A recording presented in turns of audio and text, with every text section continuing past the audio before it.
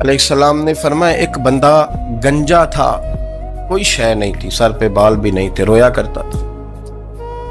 اللہ تعالیٰ نے فرشتے کو بھیجا، تجھے کیا چاہیے؟ تو کہنے لگا بال آ جائیں اور تھوڑا مال آ جائے۔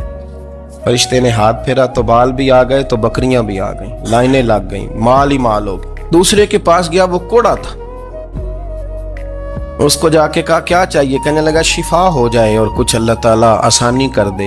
شفا بھی ہو گئی، گائیں بھی دے دی، بھینسیں بھی دے دی، مال ہی مال ہو۔ پھر ایک کے پاس گیا، وہ اندھا تھا، تجھے کیا چاہیے؟ اس نے کہا آنکھیں مل جائیں اور کچھ ساتھ اللہ مال دے دے۔ اونٹ ہی اونٹ ہو گئے۔ جب بڑا نواز دیا تو پھر مالک نے امتحان لینے کا ارادہ کیا۔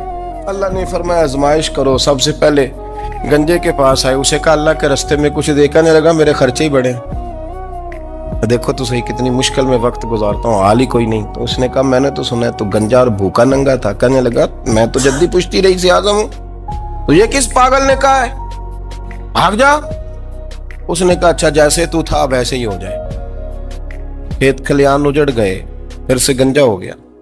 حضور علیہ السلام فرمانے لگے، پھر وہ اس کے پاس گیا جو کوڑا تھا، اسے کہا کچھ دے۔ کہنے لگا خرچے ہی بڑے۔ اس نے کہا میں نے تو سنا تو پہلے کوڑا تھا۔ اس نے کہا جا دوڑ جا، میں تو رئیس اعظم ہوں، دادا بھی پردادا بھی اور ساری نسل ہی۔ اس نے کہا اچھا جیسے تو تھا ویسے ہی ہو جائے۔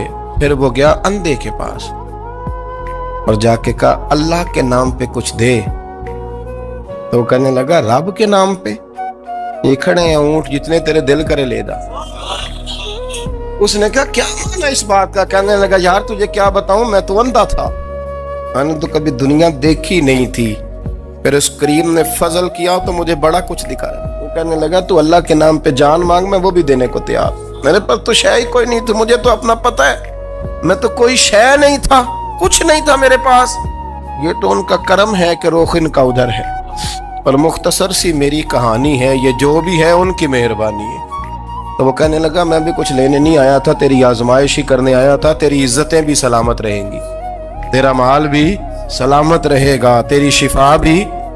اپنی زندگی میں کبھی بھی اللہ کی بارگاہ سے توجہ ادھر ادھر نہ کریں، چھوڑیں لوگ کیا کر رہے ہیں، دنیا کیا کہہ رہی، کبھی بھی اپنی توجہ دائیں۔ ہمارا یہ مسئلہ بن گیا کہ ہماری سیاست ہے، ہماری دنیا داری ہے، ہم بندوں کو راضی کرنا چاہتے ہیں، ہم دیکھتے ہیں کون کس طرح، اور آپ یقین کریں آپ تھک جائیں گے، بندے راضی نہیں ہوں گے، وہ نہیں راضی ہوتے۔ آپ ان کو منا کے لائیں گے تو ادھر والے نکل جائیں گے، ادھر کو منائیں گے تو ادھر والے نکل جائیں گے۔